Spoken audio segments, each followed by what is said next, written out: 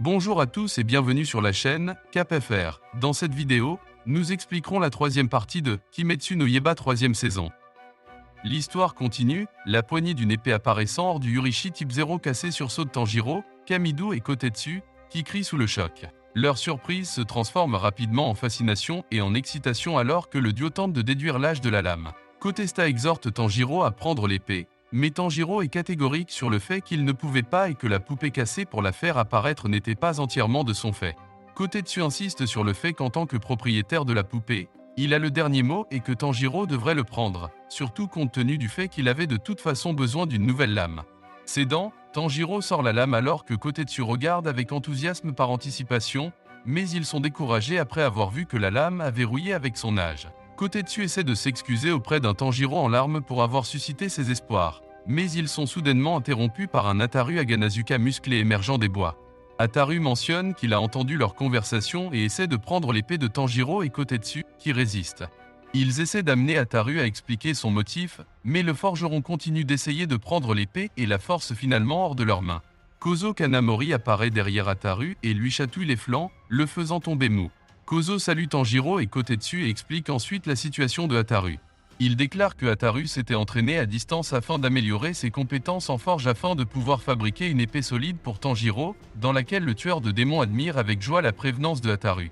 Kozo continue en disant que les demandes répétées d'épée de Tanjiro à Ataru l'ont rendu heureux, car il a perdu beaucoup de ses clients avec sa personnalité.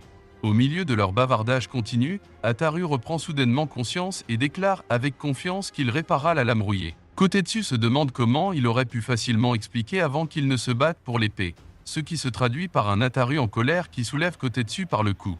Le lendemain, Tanjiro parle des progrès de Ataru à l'épée avec Junya Shinazugawa, qui, irrité par la présence de Tanjiro et ses tentatives d'amitié, tente de le faire partir. Lorsqu'il se met à crier, Tanjiro remarque que la dent qu'il avait arrachée il y a quelques jours est réapparue. Il l'interroge à ce sujet et montre la dent qu'il avait ramassée comme preuve, dégoûtant Junya et le faisant expulser de la pièce. Attristé, Tanjiro réfléchit à la colère constante de son compagnon tueur de démons. Plus tard dans la nuit, un forgeron se promène dans le village après un bain et rencontre un pot sur le sol. Curieux, il l'attrape mais est soudainement englouti par le pot, le tuant. Gyako, le rang supérieur 5, émerge et commente la mauvaise qualité du forgeron comme repas. Ailleurs, le rang supérieur de 4 lâche Tanga sur un toit et déclare qu'ils doivent accomplir rapidement leur mission.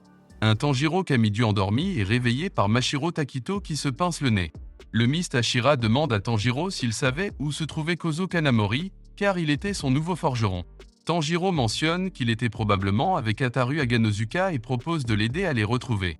Mashiro demande pourquoi Tanjiro l'accompagnerait volontiers quand il avait d'autres choses à faire, et Tanjiro répond qu'il pense qu'aider les autres lui serait bénéfique. Aux paroles de Tanjiro, Mashiro ressent un fort sentiment de familiarité et l'interroge sur ce qu'il vient de dire. Le tueur de démons essaie de répondre, mais est frappé par un Izuko réveillé, brisant la perception de Mashiro. En voyant Izuko, Mashiro commente son caractère unique et se demande où il l'avait déjà vu tandis que Tanjiro s'inquiète pour Shishamaru de l'assistant félin de Mayo apparaissant devant eux. Le trio continue de penser à leurs soucis respectifs et Tanjiro et Mashiro sentent une présence derrière les portes. Quand ils jettent un coup d'œil, Tanga rentre dans la pièce sans rayonner sa présence en tant que démon. Tanjiro et Mashiro réalisent tous les deux que Antango est au rang supérieur et se préparent à attaquer, Mashiro utilisant immédiatement Respiration de brume, 4e forme, Shifting Flow Slash. Tanga esquive rapidement le plafond et pleure, suppliant le tueur de démons de ne pas lui faire de mal. Tanjiro se dit de ne pas hésiter et utilise la lame nouvellement forgée de Ataru pour attaquer Tanga avec Anakami Kagura, Sunflower Trust. Tanga esquive à nouveau, mais reçoit un coup de Nizuko sous sa forme éveillée. Mashiro dit à Nizuko de ne pas se transformer et pendant ce temps, Mashiro décapite avec succès Tengu. Tanjiro se souvient que la décapitation au rang supérieur n'entraîne pas nécessairement sa mort en raison de son combat précédent avec Daki et Jotaro, et crie à Mashiro de rester concentré. Au même moment, la tête et le corps coupé se transforment en deux nouveaux démons, dont l'un tient un éventail en forme de feuille. Mashiro attaque le démon avec l'éventail, tandis que Tanjiro s'attaque à l'autre. Alors que Mashiro se précipite pour attaquer, le démon agite son éventail vers lui et fait exploser intensément Mashiro hors du bâtiment.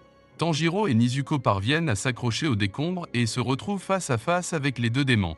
Kuraku, le démon à l'éventail, demande à son partenaire Sekido s'il s'amusait. Sekido répond négativement et utilise son bâton pour émettre des éclairs d'attaque ressemblant à des éclairs, qui font lentement perdre conscience à Tanjiro. Avant qu'il ne le fasse, il voit Junya Shinazugawa sur le toit pointant une arme sur Sekido. Junya Shinazugawa tire à la fois sur Sekido et Kuraku avec son pistolet Nikurin, faisant exploser la tête de Sekido et décapitant presque Kuraku. Kuraku exprime sa joie envers le combat alors que Junya se précipite pour lui trancher la tête avec une épée Nikurin. Tanjiro crie à Junya que ses attaques étaient futiles et que les démons étaient volontairement décapités afin qu'ils puissent continuer à se diviser et augmenter leur puissance d'attaque. Alors que la bataille se poursuit, Tanjiro analyse désespérément ses adversaires et tente d'identifier leurs faiblesses, mais ses pensées sont interrompues par un troisième démon ressemblant à un oiseau, Yoroji, qui le soulève dans les airs avec son pied. Réalisant que chaque démon a une capacité unique, Tanjiro ordonne à Nezuko d'aider Junya mais horrifié. Il se rend compte que son coéquipier a été empalé par un quatrième démon, Ezetsu. Yoroji se moque de lui parce qu'il se soucie des autres et non de lui-même, en générant un cri sonore. Tanjiro tente de contrer avec un Akami Kagura et coupe avec succès la jambe de Yoroji, mais il est incapable d'esquiver son cri et est violemment frappé par l'attaque alors qu'il tombe. Tanjiro plonge à travers les arbres et atterrit durement sur le sol. Il supplie de se lever et de protéger le village, mais ses blessures le rendent incapable de se déplacer facilement. Ezetsu atterrit près de lui et maintient sa jambe vers le bas alors qu'il dirige un autre cri, et Tanjiro regarde silencieusement avec alarme. Ailleurs, Mashiro se précipite à travers la forêt alors qu'il retourne au village.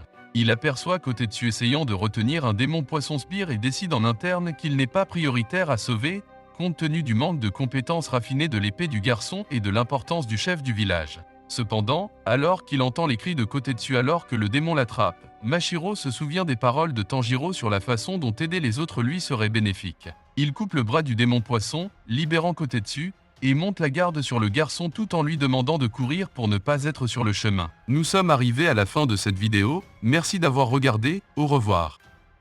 Après avoir décapité le démon poisson, Takedo a été surpris lorsque sa tête a repoussé instantanément. C'est alors qu'il remarqua un vase sur le dos du démon, et après l'avoir découpé, il réussit finalement à tuer le démon. Sa suspicion qu'il s'agissait d'un art de démon de sang a été confirmée. Levant les yeux vers son sauveur, Kotetsu s'accrocha fermement à Takedo, exprimant sa gratitude pour lui avoir sauvé la vie et s'excusant pour ses insultes passées, dont le tueur de démons Oshira ne se souvenait même pas. Alors que l'animosité de Kotetsu envers lui s'estompait, Takedo a essayé de partir, mais il a été arrêté dans son élan alors que Kotetsu l'a supplié de sauver Kozo, qui était attaqué à ce moment précis. Il a également révélé à Takedo que Eganzuka était seul depuis des jours, aiguisant sans relâche sa lame, et l'a imploré de les sauver. Takedo hésite d'abord à répondre à l'appel à l'aide de Kotetsu, mais se souvient soudainement des paroles encourageantes que lui a dites Kaguya à Buyashiki, le chef du corps des tueurs de démons. Alors qu'il se remettait d'une attaque de démons vicieuse, Kaguya avait assuré à Takedo que ses souvenirs perdus finiraient par lui revenir s'il se concentrait simplement sur le fait de rester en vie. Même les plus petits événements pouvaient déclencher la réapparition de ses souvenirs, et Kaguya avait conseillé à Takedo de saisir toute opportunité pour se vider l'esprit. Maintenant, prenant les paroles de Kaguya à cœur, Takedo hisse Kotetsu sur son épaule et court à travers la forêt, malgré la peur évidente du jeune forgeron. Alors qu'il court, Takedo se demande s'il prend la bonne décision. Après tout, conduire le village à sauver Kozo et Eganzuka pourrait mettre sa protection en péril. Cependant, il est déterminé à réussir. En tant que Mistashira, il est l'un des tueurs de démons les plus qualifiés et les plus capables du corps. Après que Tanjiro ait coupé la tête du démon ailé en deux, il se rend compte que ce n'est pas encore fini car les moitiés forment de nouvelles bouches et déclenchent un déluge d'attaques. Bien qu'il soit d'abord surpris par l'assaut inattendu, il se rend vite compte que le pouvoir du démon s'affaiblit, indiquant que les 4 démons partagent un certain pouvoir entre eux. Tanjiro remarque alors une gravure sur la langue de chaque démon qui correspond à une émotion particulière, et le démon auquel il est actuellement confronté est le démon de la joie, un clone de rang supérieur pour Entengu. Déterminé à mettre fin au combat, Tanjiro poignarde les moitiés de chair, mais à sa grande surprise, le démon ailé réapparaît et lance une autre attaque sonore. Cette fois, Tanjiro parvient à esquiver l'attaque juste à temps, évitant de justesse d'être touché. Alors qu'il regarde son épée, il se rend compte que la chair de démon dessus a disparu, le laissant se demander ce qui l'a fait disparaître. Le démon ailé fond sur Tanjiro, l'attaquant à plusieurs reprises avec des coups rapides et féroces. Le tueur de démons se retrouve avec de profondes blessures à l'épaule gauche, à l'épaule droite, à l'avant-bras, à la cuisse, à la poitrine et au dos, alors que le démon continue de l'agresser sans relâche. Malgré la douleur et les blessures, Tanjiro reste concentré et déterminé à arrêter le démon. Il parvient à trancher la tête et la langue du démon alors qu'il redescend pour attaquer, le faisant ralentir et guérir. Alors que le démon ailé reprend son envol, Tanjiro se rend compte qu'il est actuellement incapable d'aider sa sœur Nezuko et sa camarade Genya, qui sont toujours en danger. Avec toute son attention sur la bataille, il les exhorte à rester en vie et à continuer à se battre. Lors de la construction du village des forgerons, Nezuko se débat avec Karaku tandis que Genya est immobilisé par une blessure perçante d'un Yari à la poitrine. Sekido, le démon de la colère, l'un des 4 clones du rang supérieur 4, ordonne avec impatience à ses camarades d'achever le tueur de démons et sa sœur, mais Karaku semble prendre plaisir à faire durer le combat. Frustré, Sekido ordonne au démon de la tristesse, Ezatsu, d'aider Karaku à la place et d'achever Nezuko en difficulté. Cependant, le démon de la tristesse, qui avait été chargé d'aider à tuer Nezuko, est incapable de le faire car son Yari est empalé dans la poitrine de Genya. Saisissant l'occasion, Genya sort son arme et parvient à faire atterrir un coup mortel sur le démon de la tristesse, lui faisant exploser la tête. Furieux du manque d'action d'Ezatsu, Sekido lui ordonne de tuer Nezuko, mais le démon de la tristesse est distrait par la récitation inattendue de l'Amida Sutra par Genya. Alors qu'Ezatsu balance son Yari vers le cou de Genya, il est surpris de voir qu'il manque complètement le tueur de démons.